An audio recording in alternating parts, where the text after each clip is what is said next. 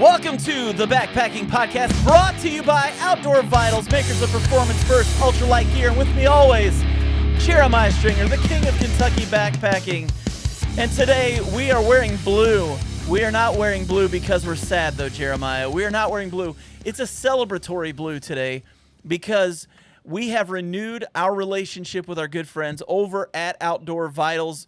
We had so much fun spending a year being sponsored by them, and they had so much fun sponsoring us that we're doing it for another year. So we're very thankful to our good friends over at Outdoor Vitals. They sell incredible backpacking gear. If you get the chance, go on over to outdoorvitals.com and check out their entire catalog of amazing Performance First ultralight gear. Jeremiah. Yeah, absolutely, man. How's it going, bro? Here we are. Dude, you just got away from the lake, didn't you? Yeah, man. We actually are doing this podcast a little earlier than I expected. We were going to do it a little later today, and my wife and I were baby free today. We've been hanging out at the lake. I don't want to implicate myself, but may or may not have had a couple of adult beverages, and we're here for a good time today, hanging out with our audience on the Backpacking Podcast. And what's really great is about doing a podcast like this is that we have the flexibility to kind of do when we want to do it.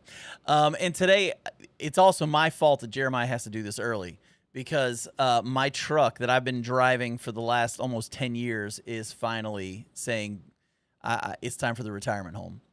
So we're going to send her off. She's going to go to that little garage in the sky where she can live the rest of her years.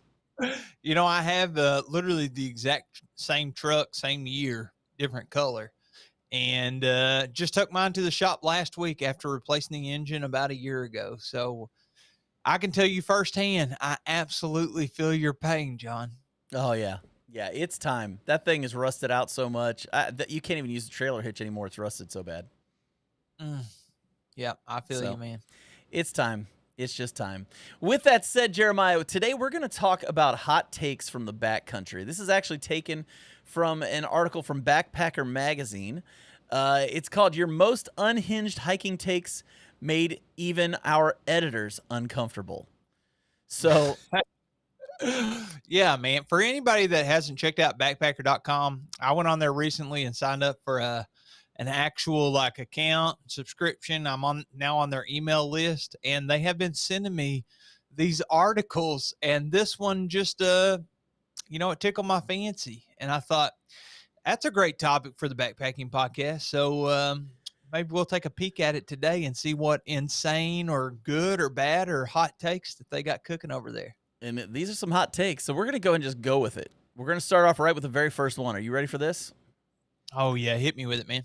If you don't want people to visit the secret spot, don't share it on social media. Sharing a photo without sharing a location is gatekeeping. That's complicated, right? Yeah, that's a hot take, dude. And I believe when I watched the video for this, because actually on Backpacker Magazine's website, there's a video for this, and I think Miranda Goes Outside is the one who posted this hot take. And for those that don't know, Miranda Goes Outside. She's a person that was working with REI on YouTube, and then I think she kind of, I guess maybe still has the cooperation with them and everything, but kind of also has her own YouTube channel, so where she does some more personal backpacking stuff. Yeah, and I don't know. I think it's interesting. I don't know if you can describe it as gatekeeping or not. I know it's a hot topic button if you're doing the geotagging. There's a lot of people against it and a lot of people for it. I don't really have a strong stance on it, honestly. It seems like a lot of gray to me. I don't know. What do you think? Well, I could see two sides of it. One, there are spots that you and I know of that we don't tell everybody about because we want to be able to use them whenever we want to use them. And at the same time, some of the best photos I've ever taken in my life were on those spots. And so, I mean, I get it, but there's people that take pictures of spots all the time that I don't know how to get to them, and I'm not going to cry if I don't get to find out where that's at, you know? Yeah, it's not the end of the world, too. You're like, well, before I die, I guess I don't get to see that spot. You know, Yeah. There's a lot of spots in the world, so I guess I get what you're saying. There's always two sides to the story, right? But I understand the logic behind it at the same time. I do understand the logic behind it of, yeah, you're going to show that spot, brag on it, talk about it, but you're not going to tell anybody how to get there. Yeah, and also social media just kind of throws a wrinkle into things anyway. Yeah. If you are geotagging places, then maybe they can become overpopulated. Like, for example, the Smokies. Yeah. Smokies are one of the most visited parks, and I don't know, that leads to some unfortunate side effects, if you will, whether it's trash or just like too much foot traffic through there to maintain the ecosystem, whatever, the Right. situation Right. is. But long story short, there's unintended consequences to everything. And one of those might be, of course, popularizing the spot. So there's a whole, like I said, a whole lot of gray to it. And it's Yeah. very complicated. Well, and some of my favorite spots only have enough spots for like 1 or 2 people to camp there. And so I don't necessarily want to be hiking out there one night and find out there's been 3 different people trying to get into it, but there's somebody who's been there all day and you can't get, it's nice to have those little spots every once in a while. It's nice to have your secret spots. Yeah. Yeah. And I'll add one more thing. We talk a lot about poop on this show. And for example, whenever I was hiking on the AT through the Smokies, there's some sites where it's hard to find a place to poop around there. There's kind of like a designated zone of just landmines of poop. And you would bring me personally, I bring a little spade with me that only weighs an ounce or two. Right. But whenever I was hiking through, I remember my very first trip, there was a full, just the head of the spade, like a full size shovel with no handle or anything, just right there at the entrance of the poop area. So for anybody going through there, they didn't really need a spade or a shovel. They could just grab that and head down over the hill where the kind of the designated landmine zone is. Yeah. And then pop a squat. That's kind of like the place that nobody mentions up on Hanson's Point, the poop trail. Yeah, some of those trails just either end in a view or a stick in the ground where somebody else has already been there. Now, nobody actually poops on the trail, but all to the side of that back through there, you don't want to just go back there wandering. Let's just leave it at that. So, all right, let's go to this next one. This next one was really funny. This one caught my eyes. When you sent me this article, this is the first one that made me go, what? A Kula cloth makes a good rag for your pot. A good rag for your pot. Are we talking about a used Kula cloth? Now, first off, for people that don't know what a Kula cloth is, those are for women, and it's kind of like a little antimicrobial wipe rag when they go to the bathroom. It's a pee rag, basically. It's very popular, by the way. That's like the number one, unless I'm mistaken, the number one seller when it comes to women's hygiene products out there, just as a pee cloth. Oh yeah. For back. Oh yeah, they all have them. I mean, they're all over the place. You'll see them. It's just a little square that hangs off the back of your backpack, and they're all over the place. Yeah, you can get them literally customized, like different pictures and stuff on them. They just snap together to kind of hold the dirty zone, if you will, together. Yeah. Here's the explanation of why this is on here. It says just a little swatch of fabric that has antimicrobial silver woven into the fabric so it doesn't get all disgusting on your backpacking trip. I don't care how antimicrobial it is. If that's a used Kula cloth, that is not a good rag for my pot. Well, this one only applies to the the ladies out there, but I gotta say, I don't want to borrow theirs. Let's put it that way. I don't want to borrow theirs and do it either. Oh my god, that's so disgusting, dude. I'm just sitting here thinking about it. The more I think about it, the more gross it is. Like, why would you take a pee rag and use it to wipe out your pot? Let me just paint a little bit. Let me paint a disgusting picture for you, bro. So I gotta drink my Coke just so I don't throw up in my mouth. My wife and I, we did the Foothills Trail together, right?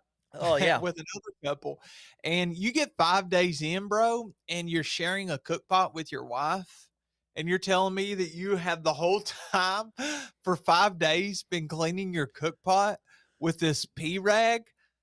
I'm telling you, that does not sound very sanitized, very sanitary to me. No.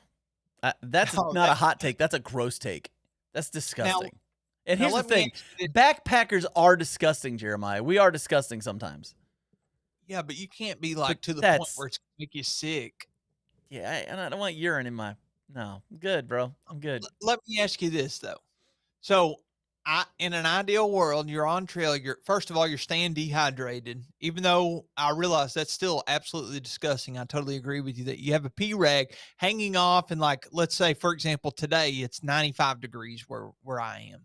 Right. You're out backpacking. You're doing this through hike. You have a pee rag hanging off your backpack that's been No. sitting there No. for however many days since you've done laundry while you're on trail, and then you're using your cook pot to wipe it out. Now, even if all that's true, like my wife and I, 5 days deep on the foothills trail, let's say that she was doing that, which I would not allow, by the way.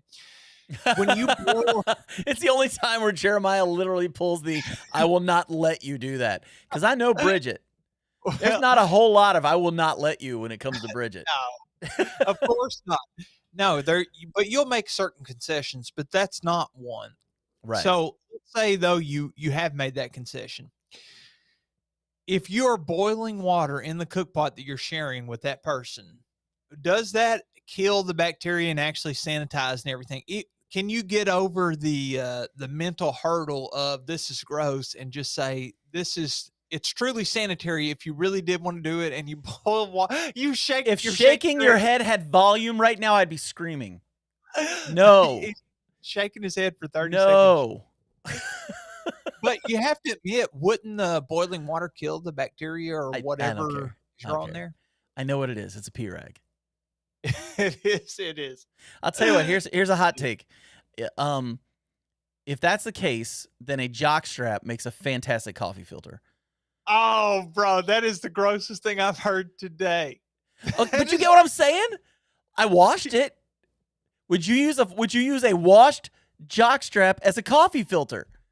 Heck no. That's you true. know what was in that. No, I'm not touching. No. We're moving on. This is terrible. We're going on the next one. This is a hot take. Are you ready for this? Gender equality here on the backpacking podcast. This has nothing to do about gender. This is sanitation, man. Sanitation. Oh, All right. that's All funny. right. Go Next ahead. take. Here we go. The hiking boots versus trail runners debate misses the point. Return to nature, hike barefoot. Okay. Well, I will admit the boots versus trail runner is a bit of it's a bit over. I don't know. How would you describe it? It's talked about a lot. People care too much about it. If you like boots, wear boots. If you like trail runners, wear trail runners. Like, it's that easy. Yeah, but going barefoot, I think I've met one backpacker. So you went to the YouTube meetup last year. Yeah. There was one guy. I don't know if you were there the night. I think we were only there one night together. So Yeah, I got to talk to him a little bit. Yeah, he was. He does a lot of barefoot hiking everywhere. yeah, and I was talking to actually he walked up. We were taking a break there at the intersection of where you would get off. I don't know what that trail is, but the one right next to where it's leading you straight to the car versus turning off to Hanson's Point in Red River Gorge. Yeah.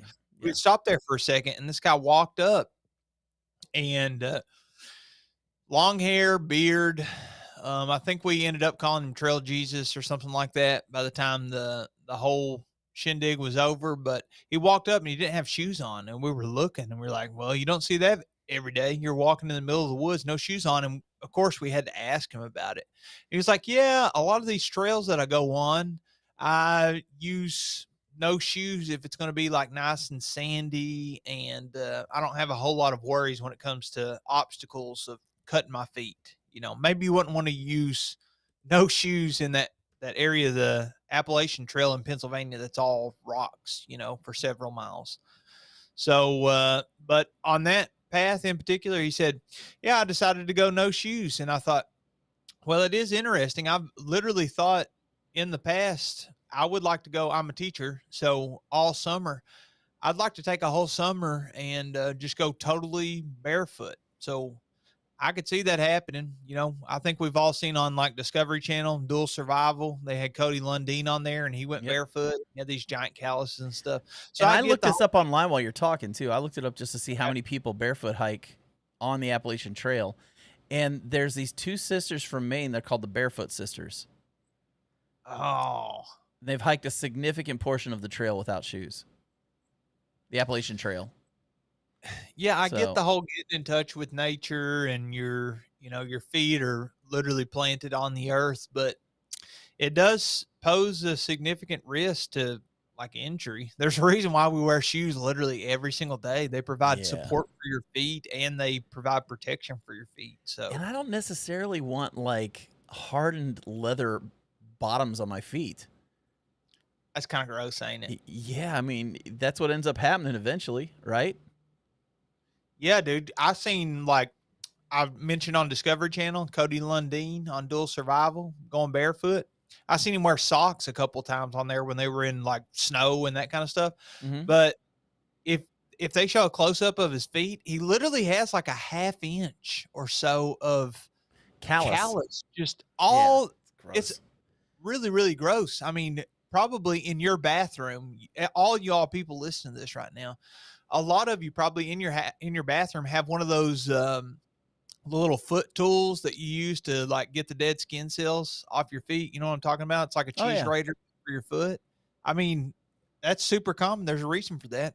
People want nice normal feet that are protected and they don't want a half inch of callus on their feet. No. I can only speak for myself, but perfectly happy to have nice normal feet, not those mangled PA feet. I've done a number of mission trips to Jamaica over the years. And a lot of the kids down there run around barefoot, and their feet, I mean, they walk on glass and stuff and nothing happens to them, but it's because they do everything barefoot. And I'm just going to be honest with you, Jeremiah, the one part of my body that I can't get to heat up at night when it's cold out is my feet. Mm-hmm. And so I'm not hiking barefoot. There's no way I'm hiking barefoot. It's not happening. I don't want to cut my feet open. I'm injury prone enough. I don't need any extra help. Have you seen this is a little bit off topic, like a little side quest here, but let me ask you a quick question. Have you seen the history behind why a lot of people think that me, for example, I have sort of an Appalachian accent or however you want to describe it. They talk about the history of why there's a stereotype of a lot of people with that accent are either uneducated or not intelligent or what have you. And there's like either a bug, you can give it a quick Google if you can find it, but like a bug or a ringworm or some kind of parasite or something that where the people down south, it's warm for so long out of the year. And you have to think shoes, when you're in a tropical climate, you know, it's great to have something on the bottom of your feet, but oftentimes those indigenous people or Aborigine or what have you, they're either shoeless or have very minimal protection on the bottom of their feet. So if you're living in the South, like a Southern climate, a lot of people in the South were especially poor, by the way, but also it's warm a lot of the year. So they didn't necessarily need shoes to prevent frostbite or what have you. So my kids would walk around barefoot everywhere if I'd let them. Yeah, of course. They never want to wear shoes. Have you seen anything on this parasite of like, it's like it gets into the brain and then affects parts of the brain that then. I haven't seen anything on it, man. I can't find anything on it. Okay. Well, I could just be making all this up, but I thought that was a thing. I thought that was kind of the reason behind the stereotype of the whole Southern dumb situation. Yeah, I don't know. I'm not finding anything on that. Maybe I should look up the Southern dumb parasite. I don't know if that's exactly what you call it, but if I can find it on this show, we will follow up at some point to prove to all those people out there that think that the South is dumb, we're not. Hookworms. It was hookworms. That actually came up when I put Southern dumb parasite. That's actually when I found something. Well, there's a lot of people out there Googling it that are using the same words as me then. But it's basically, there was a time when the lower classes of the American South were considered lazy and dim-witted, a stereotype that still somewhat survives today, but this stereotype was rooted in fact. Hookworms, it turns out, were sapping Southerners' life force. So there you go, man. For the past 5 minutes with me rambling on about this, there's been somebody screaming into their headphones. Stop talking about this. It's hookworms. It's hookworms. Yeah. Anyway, all right. The next, let's go to the next one here. Okay, this one's kind of fun. Bear bells are annoying and unnecessary, specifically in a state that doesn't have bear attacks. Oh my gosh. Here we are, Oh, man. here comes Karen. She's on her way. No, I will you read it one more time? I want to make sure that my opinion is exactly what I believe. Bear bells are annoying and unnecessary, specifically in a state that doesn't have bear attacks. Okay, I want to see if people are on my side or not. So I would love to see and read your comments.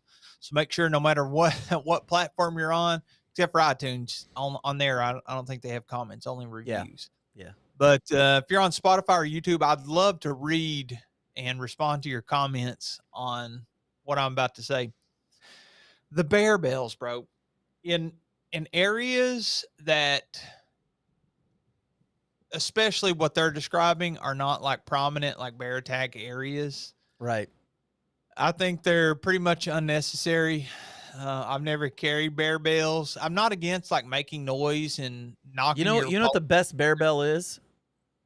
Absolute What's best that? bear bell. Having a conversation with the people you're hiking with. I think that's a good bear bell. That But makes if you all the want, noise you need to make. You don't have to have something dingling, dangling, making noise off the back of your backpack all the time. I can remember a handful of times that I've been backpacking with other people where they've had like, you go to the outdoor store and literally buy the one or two bells that have the jingle and you Yeah. strap the outside of your backpack. I've never said anything to anybody because I don't want to be rude or not courteous, and I'll tolerate it. You know, it's not such a big deal that it's so annoying that I'm going to be like, bro, you have to get rid of these things. You got to Yeah. bust them up with a hammer or do something. But I I will tell you, it just this is just my opinion, so it's not worth much. But I say the bear bells, use them if you want, but some people are going to find them annoying and totally unnecessary, depending on the circumstances. But if they make you feel better, maybe that outweighs the courtesy factor that you have on trail. I mean, there's a lot of circumstances and a lot of variables involved. But if I was going on a trip like I've been in the past, I don't regret not saying anything, but Yeah. Well, it's here's the like, thing. If you're that nervous about bears and you want to make noise, don't go by yourself. yeah, that's I true. mean, There's power seriously, in that's most people don't backpack by themselves anyways. Most people are too scared to go backpacking. And I would dare say if you need a bear bell, you're probably not backpacking by yourself anyways. But backpack with other people and just carry on conversation, get to know each other, enjoy being outdoors with your buddies, you know? I mean, yeah. I think, and here's John's hot take. Bear bells are just stupid. There it is. I said it. And if I know somebody's getting mad, and that's kind of a everyday thing for me, but like seriously, they're stupid. You're spending money on something you don't need, and you're annoying everybody who comes within 3 feet of you. So just just get rid of it. I will agree with John. You are annoying some people, but I don't think it's. That's what you agree with. I I agree agree with that John. part, John's annoying. you know, if that's what it takes to make you comfortable enough to get you out there and actually doing it, then I think the pros outweigh the cons in that situation. So if that's what it takes, put them on there and get out there and do it. Just know, if you're listening to this right now, there's a lot of people that they're looking at it and be like, well, this is for here, depending on the circumstances, unnecessary. So Yes. it's not such a huge deal that I'm not going to backpack with you though, and I'm not going to say anything. Yeah. You know, get out there and hike your own hike. But yeah, it's a little annoying. But whatever. There's a lot of things that I do, I'm sure, that are totally annoying. Just But people don't tolerate hike it. with me. Just don't hike with me. I'll still hike with you. I don't want to hear that jingle jangle going the whole time I'm out hiking. Okay, so next one. I don't feel like being social. I'm not going to talk to other hikers, especially if they're trying to get me to slow down my pace or stop to chat. I don't know anyone in conversation, even if we haven't seen anyone else in days. Oh man, Bridget and I have been kind of pseudo talking about this topic for the last couple of days. She's been getting a little bit annoyed because I've been watching these First Amendment audit videos, which I've talked about a couple of times on this show now. But I'm still down the rabbit hole, bro. So I've been watching these videos, and she's like, these people are so rude and they need to be more courteous and nice to people. And I tell her, you don't owe anybody anything. It is No. nice and courteous to to get out there, and if somebody says something to you, respond like a polite response. And there's certain avenues that we as a society and a culture, depending on where you are, we travel through those tunnels, and Mhm. it keeps people in, relative comfort. And I think there's nothing wrong with that. But I also think there's unequivocally, you do not owe anybody anything. So if somebody wants to talk to you and you don't want to talk to them, you don't have to. You're only going to be alive for so long. You don't owe that person 5 minutes of your life, 10 minutes of your life. So even though me personally, I don't want to be rude and I want to try to take the polite route, sometimes you got to keep it moving. And people are going to interpret that different ways, and that's kind of the reality of the world we live in. So sometimes, But there's two sides to it, and I'm just gonna throw this out there because Lord knows I can't just be okay with it. Um, I agree with it on its face. Yeah, you don't know anything to anybody. You don't have to talk to anybody. You can be rude, ignore them, and walk around by. It doesn't matter. It's your call. Do what you want to do. But realize when you get to camp later, and all of a sudden you're like wanting to be buddy buddy with everybody, and they're like, "Dude, you're the jerk that wouldn't even say hi when you walk down the trail." I'm not messing with you. You got to deal with that because you made that bed, lay in it. Common courtesy is just say, "Hey, what's up?" And if they say anything, listen, this isn't against you. I just kind of like to have some time to just talk by myself. It's okay to say that. And most people will be like, you know what? I get it. You're in nature. You want to be cool. Everybody lay off. But I think if you just ignore people and don't say anything, that's fine. You've got the right. There's nothing wrong with it. There's nothing. You don't have to explain anything to anybody. But they also don't have to explain to you when they don't want to talk to you later when you get to camp and you're around a bunch of people that want to be social, and all of a sudden you're like Mr. Social, and they're all like, nah, we're good, bro. yeah, there's very tactful ways to communicate with people. Let me ask you this. I call them energy vampires. You can be tactful and strategic and courteous and polite, and you still sometimes will encounter somebody that I call an energy vampire. They have a lot to say, and sometimes they lack social awareness. And sometimes when that combo comes together, they don't really know how to exit a conversation or really understand the context of the situation at hand. For example, you were just saying you might tell somebody just to be courteous. I'm out here. I'm not trying to be mean or anything. I want some time to myself, and that's my whole intention out here. So we might cross paths later, and we may be able to talk more. But for right now, I really want to experience this for myself. Yeah. That's a very tactful way to approach it, but some people don't really connect the dots when it comes to that. You're right So about that. sometimes you might encounter those people. I'm sure somebody's thinking of somebody in their life. People already have names going through their heads. Like people are listening right now. They've got like 5 names going through their head. That guy, that girl. Yeah, it could be a coworker, somebody you've encountered in the past, or a family member, or whatever. But they're energy vampires, and it's not detrimental, but sometimes you're like, okay, I want to seclude from that. So have you you don't have to name any names, but does anything specific come to mind, any situation or person, or like I got to dip out of this? It can be on trail, it can be I've got some, but I don't want to talk about specific situations even without mentioning names, because if that person listens, they're going to know exactly who I'm talking about. So all right, let's just say I've had those situations, and I choose Jeremiah. I choose love. I just choose to love people as they are, even though they're annoying the ever-loving crap out of me. At least they're out there. So I'll just leave it at that. It's a good man. It's a good man. What do we have next? Okay, this one's a quick one because I think we're both going to laugh at it because it's stupid. Okay. Bug spray is a myth. Bug spray is a myth. I just treated my gear. We had the tick terminator on here. That's somebody that must live where no bugs exist. They can't, because I'm telling you right now, man, Deet, we're buddies. Me and Deet are buddies. You know what I'm like? Buddies. When it comes to going out and hunting in tick-infested Kentucky wilderness, I love me some permethrin and I love me some Deet. Those two things, man, combined for a wonderful repellent of all things insect. And I am fully 100% on board. Chemicals, bro. Pour those chemicals on there.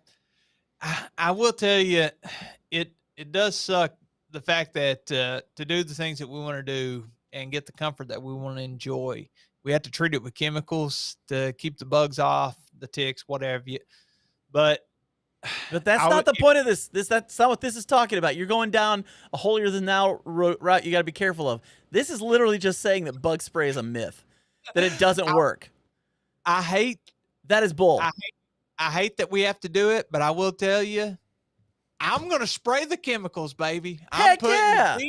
I'm putting permethrin. We had the tick terminator on here a year or two ago, and he sent us some like concentrate. I'm talking like I just bought 180 pounds of beef. Do you think I'm going to let a Lone Star tick make it so that I can't eat all that meat that we just put in our freezer? We literally just got a quarter of a cow and had it. It's frozen in my house right now. There's no way I'm not going to cover myself in bug spray so that I don't get that stupid Lone Star tick and get, what is it, Alpha Gal? No, I'm not getting that. No chance. You'll be eating different.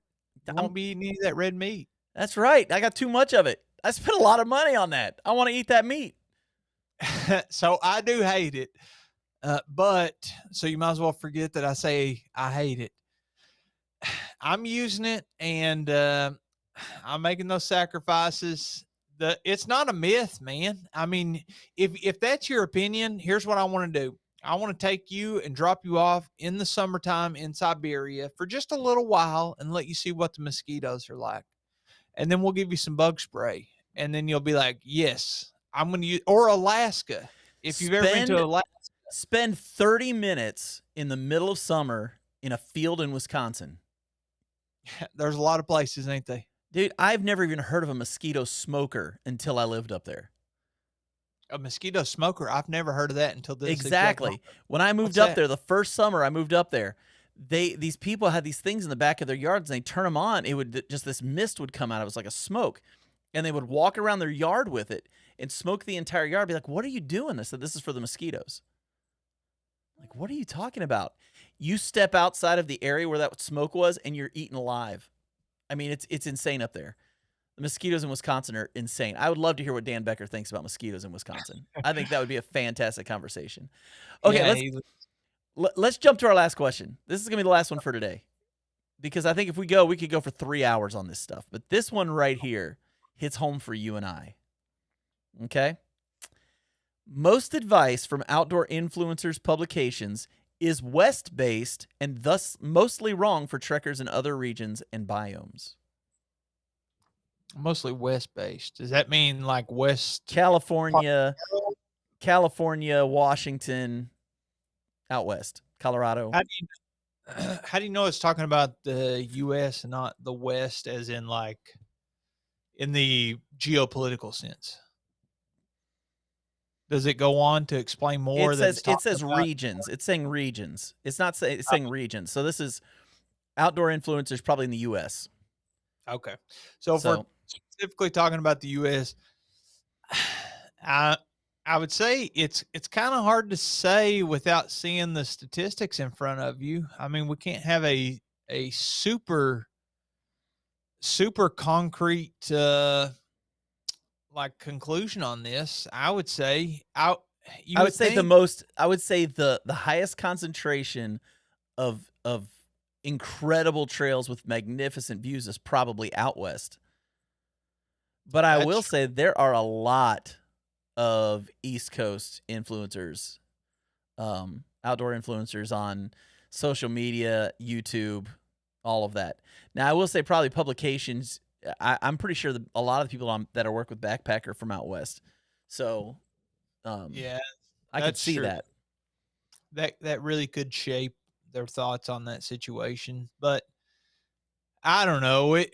That's another complicated thing when you're looking at like the algorithm that's feeding you different content. For example, like on YouTube, if you are seeking out information for your specific area, of course it's going to be tailored to that region. So if you're saying the biggest concentration of people and like ecotourism for backpacking or whatever specific topic that you're concentrating on, there's a huge population out around California and Oregon and Washington. So and that ecotourism is really strong there. So that could drive the numbers, but that doesn't mean that there's not a lot of people along the East Coast. I mean, the Appalachian Trail, if I had to guess, I would say more people do the AT than the PCT or the CDT. I mean, I Oh, haven't looked at the there are, numbers. yeah.